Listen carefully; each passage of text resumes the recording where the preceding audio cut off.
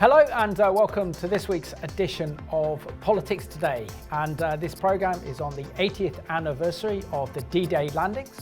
I think it's important to ask the most important question of this general election is how much will global security threats impact our voters when it comes to deciding who should form the next government as we face threats from the access of resistance from Russia, China and Iran. And in this programme today, I'm joined by Major Rhett Parkison, who's retired, and also the Director of the Armed Forces Christian Union, and together with my good friend, Robin Benson. So welcome to the programme.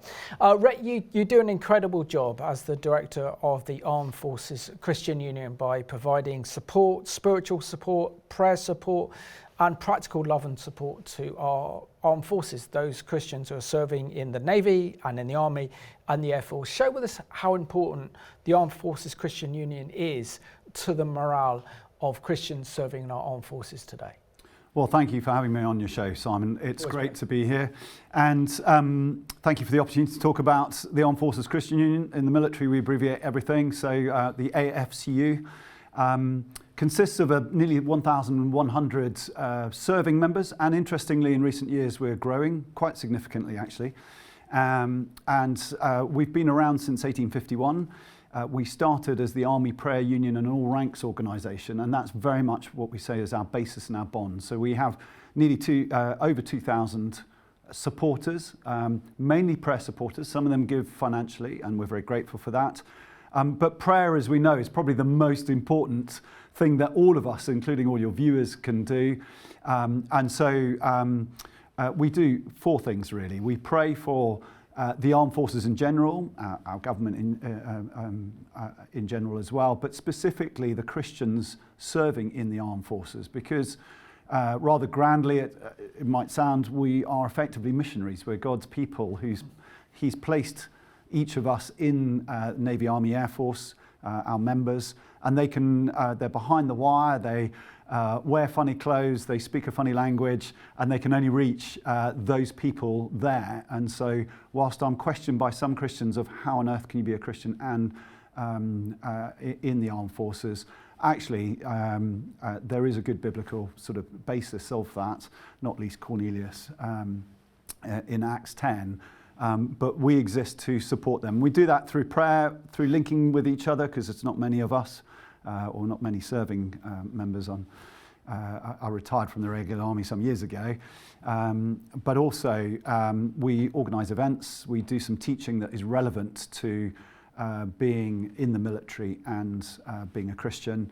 And we go out and visit our members as well. So all of those things. If anybody wants to find out more, we have a website, so afcu.org.uk. But thank you for the opportunity to appear on your show. It's a pleasure, and it's such an important job that you do as well. And we salute those Christians serving in our armed forces today. Now, today is very significant as of the recording of when this programme goes out, which is D-Day, the 80th anniversary of the D-Day landings, known as Operation Overlord. Share with us the significance and what lessons we can really learn as we look at the new security threats facing the West, particularly from this axis of resistance, namely the Iranians, the Russians, and also the Chinese. Well, it's an important day, 80th anniversary. There aren't that many of those who came onto the beaches that day left. They get fewer and fewer every year, and I suspect, like many of us, this will be the last one where we see them in any significant numbers actually appearing at the commemorations that will be happening in the next few days.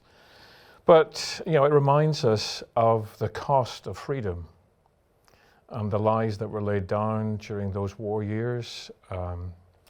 Thousands of lives who were given up so that you and I can sit here in the studio and do what we're doing, this afternoon. That's the long-term benefit, if you want to use the expression, of the sacrifice that they were prepared to make. I wonder sometimes, I don't know about you, Rhett, but I wonder sometimes if today's generation would be willing to do the same. But then we face maybe a different set of threats. Looking at the list that you just read out, we'd probably want to add North Korea onto that list. Yeah. I mean, all of them, to some degree or other, are a cyber threat. We know that. We've known that for years. But it's becoming more prominent in the way that our own security forces, whether it's MI6, MI5, or whoever, is having to deal behind the scenes with cyber warfare. And it's becoming more intense.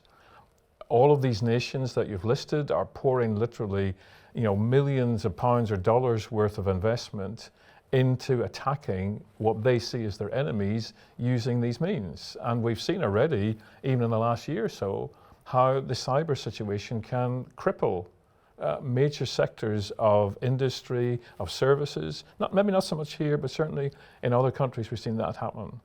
When it comes to the Russians, I think we live almost on a weekly basis with some sort of nuclear, in inverted commas, threat being voiced by Mr. Putin and some of those who are surrounding him. So that's an ongoing area of concern. He's threatening all sorts of practices, drills, because he says he feels threatened by what's going on in the Ukraine. You've got China, not obviously far removed from our situation, but China's a threat actually on the issue of trade, because we have outsourced so much of our manufacturing into Chinese hands. So, if things went pear-shaped in our relationship with the Chinese, all they got to do is just stop shipping the stuff out. And then Iran, yes, there's the cyber issue, but Iran, I think the main problem is terrorism. Yeah. And it is beyond doubt that the Iranians have sleeper cells all over the world just waiting to be activated and do whatever the Tehran regime asks them to do. So these are the things that are bubbling away in the background, I think, as we approach a general election. Whether our population here in the UK are really hyper aware of that or even aware of it at all, I'm not so sure. There are probably other things that people just struggling to make ends meet in their daily living, may have to contend with. But nevertheless, these threats are real, and our government has to learn how to deal with them. Yeah, I'll add the Iranian nuclear threat, and once the Iranian regime has a nuclear breakout, then that's a game changer in the Middle East, and also adds more concern in terms of security threats, not only to the Middle East, but to Europe and the United States as well. Rhett, as a former major in the British Army, have you ever known a time where we're seeing these global flashpoints almost light up at the same time? I mean, for example, we've seen war in Europe again with the Russian invasion of the Ukraine. We're seeing the kind of Middle East war with Israel against Hamas in Gaza, and also in the north with Hezbollah firing rockets and missiles on Israel.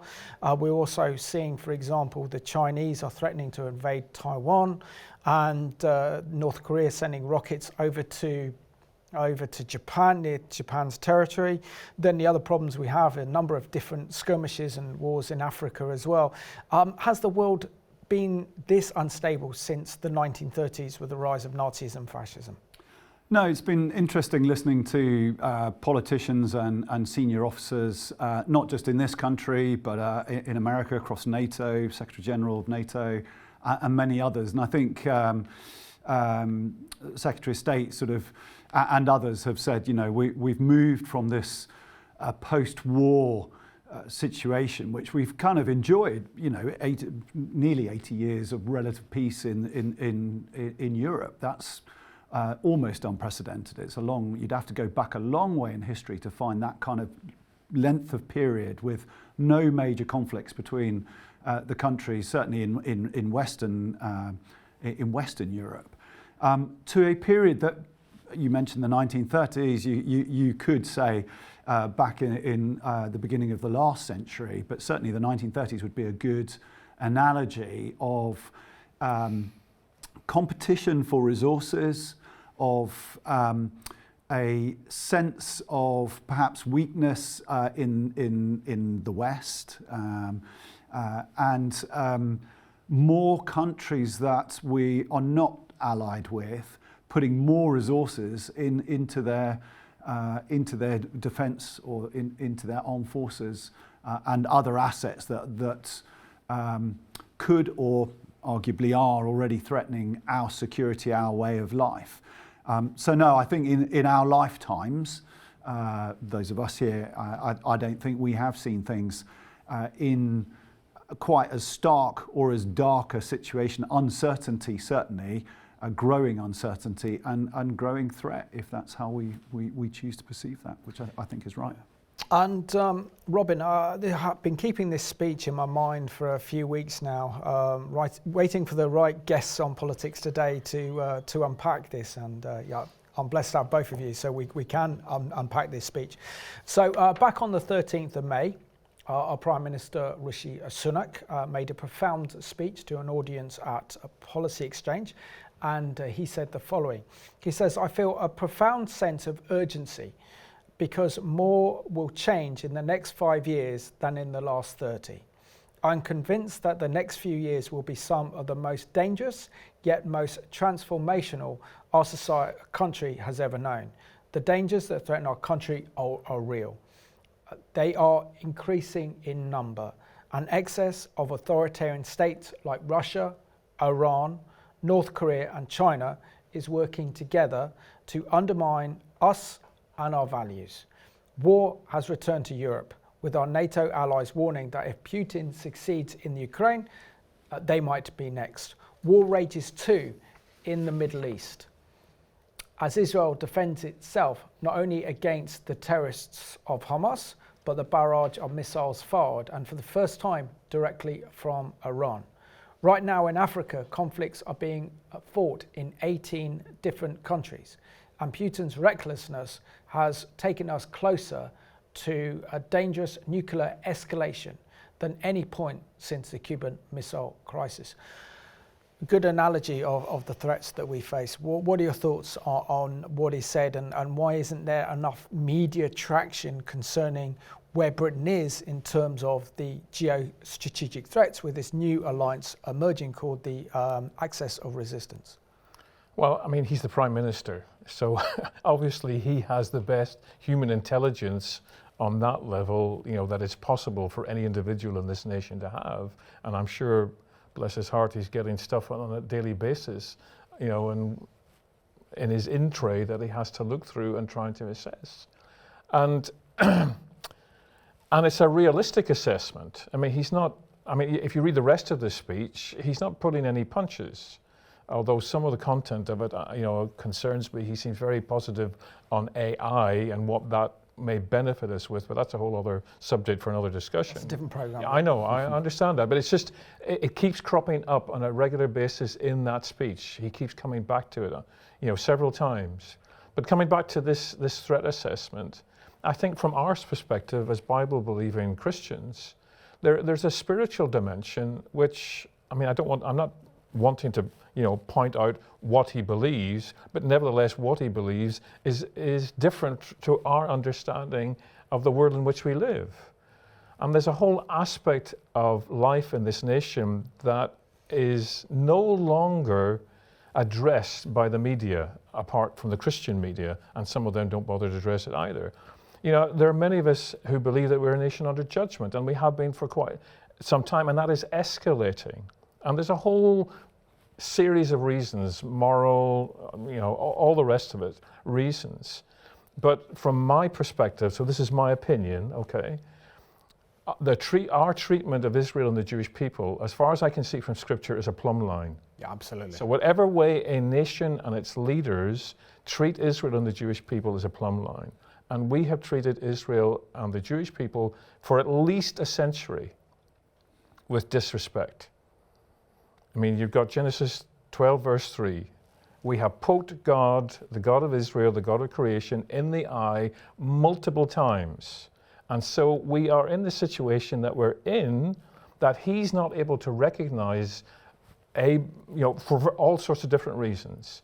But those of us who are Bible-believing Christians, should be on our knees crying out to God in repentance for the stuff that's going on in our own nation and for the way that we've treated Israel and the Jewish people over at least the last century.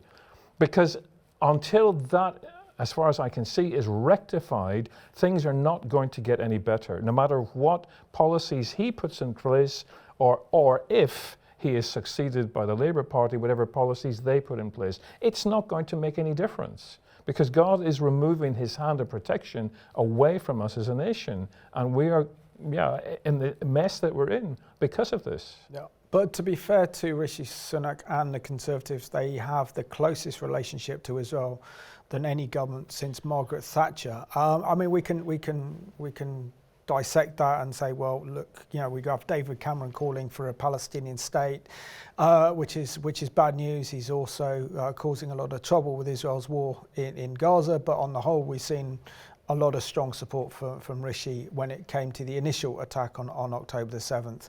And the way after Brexit, our relationship between Israel and Britain have grown stronger with military cooperation, intelligence cooperation. So I understand that, Simon, and I'm not trying to be argumentative, but the problem is we are a bit like the Biden administration. We say positive things out of one side of our mouth and negative things out of the other side.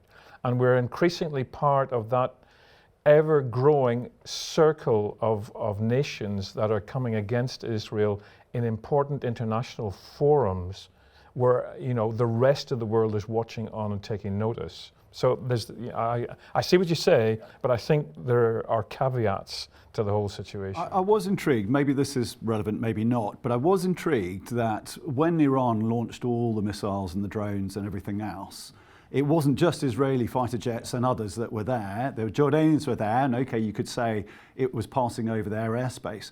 But French and British aircraft were involved in shooting down those aircraft. Yeah. And I have no idea, don't have an insight into why that was the case. I think we had a choice of whether we did that or not, but we made that choice. So there are much bigger issues. Yeah. But I was just intrigued in passing that there were French and British. And of course, in 1956, we did side or agree, probably unwisely and secretly and badly, to side with the Israelis directly to try and win the Suez Canal back. Yeah. But it was just in passing. That's an interesting. No, it's a worthwhile. Yeah. And Rhett, what are your thoughts? I mean, we have, for example, Rishi made a profound speech on national security, obviously before he called a general election. Now we're in the midst of a general election. But he's wanting to sound tough on security, use this as a kind of trump card against Keir Starmer. And yet the Conservatives, when they've been in power ever since David Cameron won the election in 2010 and we had that coalition government with the Liberal Democrats, we've seen investment in our armed forces, just really a huge lack of investment, huge lack of preparedness. How prepared is the British military for the prospect of World War III if we're not in World War III already? Well, let's be honest, it didn't start in 2010. I think our perception of threat has steadily declined, arguably going right back to the Second World War, the post-war sort of era. But particularly with the fall of the Berlin Wall and ultimately the Soviet Union as we knew it, which kind of crumbled on my birthday on the 9th of November, 1989. You can't forget that now. Yeah, I can't forget that. That's burned in my mind. But I think there was this sort of peace dividend that we wanted to reap. And, I was commissioned in the early 1990s and served for 20 years.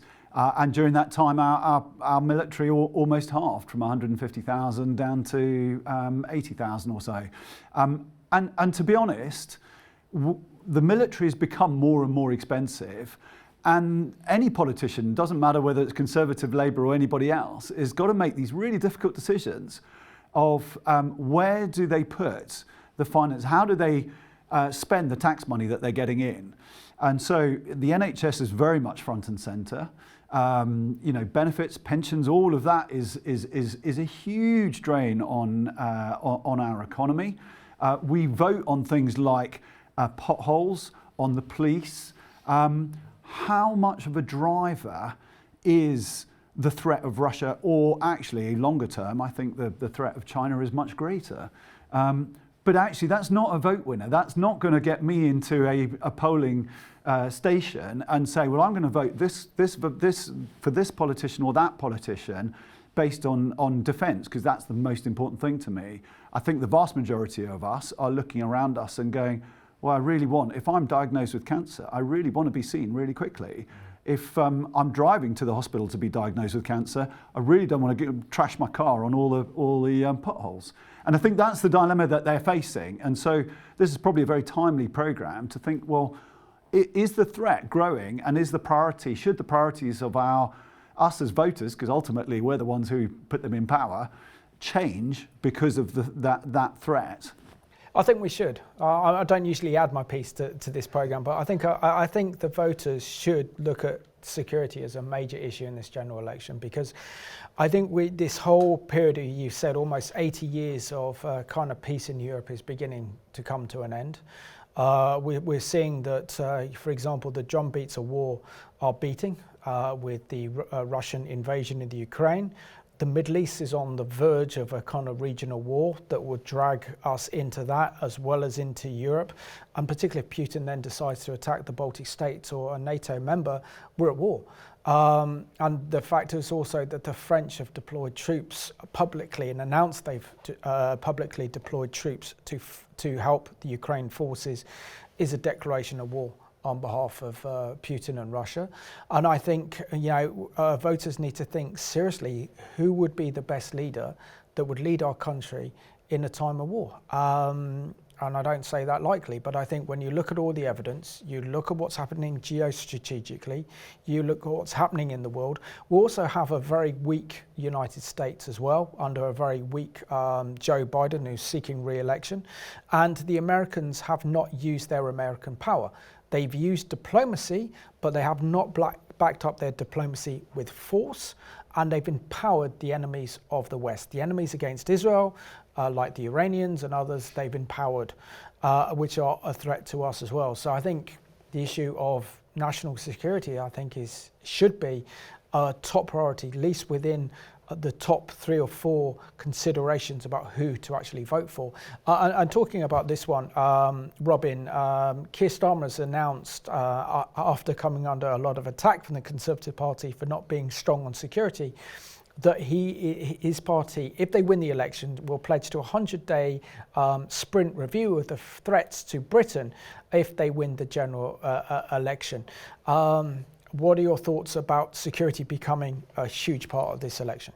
Well, when you gave me this question, it's really started my head scratching, trying to figure out, and I actually asked Rhett before we came in here to record the programme, Don't give our secrets away before. No. I mean, but just for clarification, because, okay, this happens with every change of government, that there is this sprint to assess where everything is. It's not just security, but security will be part of it. Now, Mr. Starmer has made positive noises about the nuclear deterrent, although there'll be people up in arms about that.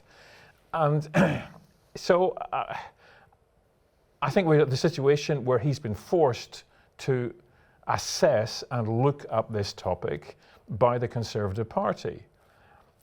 But, we're back to the same situation that Rhett has mentioned.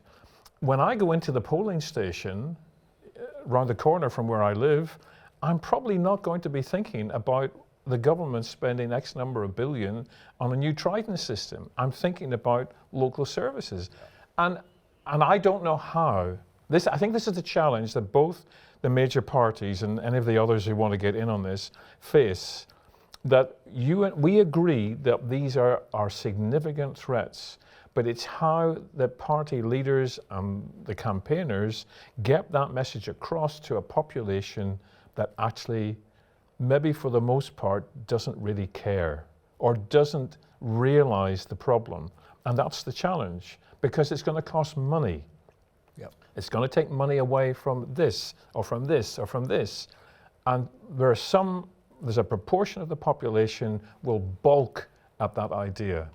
And we're down to the last 3 minutes or so of the programme. So what are your thoughts on Rishi Sunak introducing national service for 18-year-olds? I mean, the last time I think was in the 1950s, ended in 1960, that we had national service, which he thinks is a very good idea. So share with us your thoughts on 18-year-olds doing a national service and doing their bit for armed forces. Well, I never thought this moment would come, and it will remain to be seen. The question or Rishi Sunak's announcement? Well, the national service, the political will to introduce national service again. it wasn't popular. I don't think it is necessarily that popular unless you have a significant threat.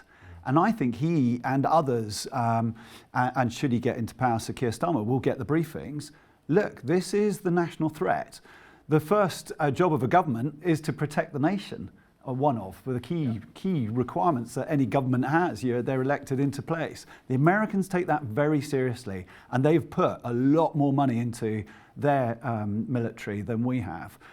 I think if we, as the threat grows, we're going to have to look at doing things differently. The military, Army, Navy and Air Force are really struggling to recruit, really struggling to retain, and are now so small that we're arguably back where we were at the beginning of the First and the Second World Wars, where we have a highly trained, very small professional military that will last a month or two in high intensity conflict.